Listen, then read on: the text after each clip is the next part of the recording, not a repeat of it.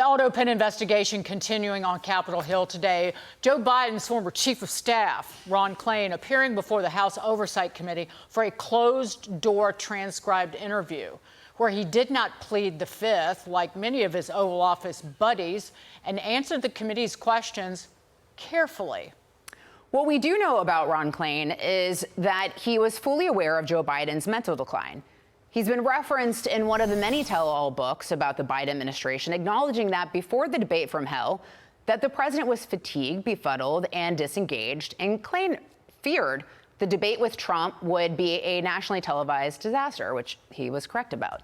New Fox News polling shows 62% of voters believe that Biden was not the one making decisions near the end of his term. More than half, 52%, believe it's important for the Congress to investigate the use of the autopen.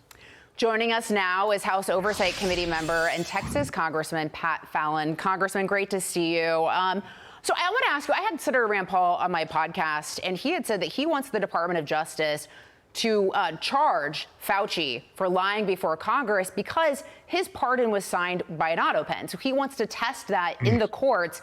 Is that kind of where this is all heading? Well, that's not a bad outcome, I can tell you that. But isn't it interesting that these folks, for 4 years, all these people close to Biden, all of his lieutenants, all of his mouthpieces, all of his sycophants were saying that he is sharp as a tack and he has never been better and he's in the prime of his life. And now when we ask them under oath those same questions, they take the fifth. Now, isn't that in and of itself incredibly telling? So it was refreshing when Mr. Klain actually decided to thoughtfully answer questions.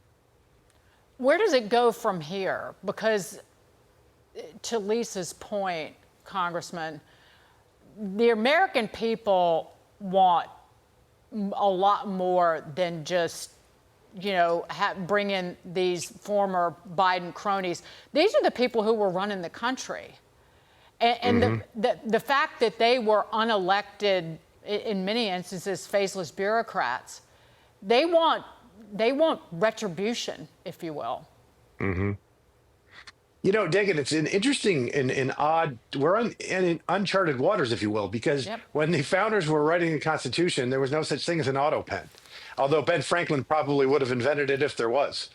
And what we found is this is a gross and egregious violation and breach of the public trust, the way in which the Biden administration, his staff, was using the autopen. The autopen should be for when Johnny from Topeka writes a nice, an 8-year-old kid writes a letter to the president, and you write the letter and you sign it with an autopen. You don't do that for legislation. Our office is filing legislation to prevent any future president to have, if you use an autopen, it does not have the force of law. It's just, it's for ancillary things. That should be one of the outcomes. The other is, we have to look very carefully and sharpen the pencil as far as were crimes committed. Certainly there was the spirit was violated, but was the law. And I think we should, I do think also that anything that had force of law that was signed by an autopen should be null and void.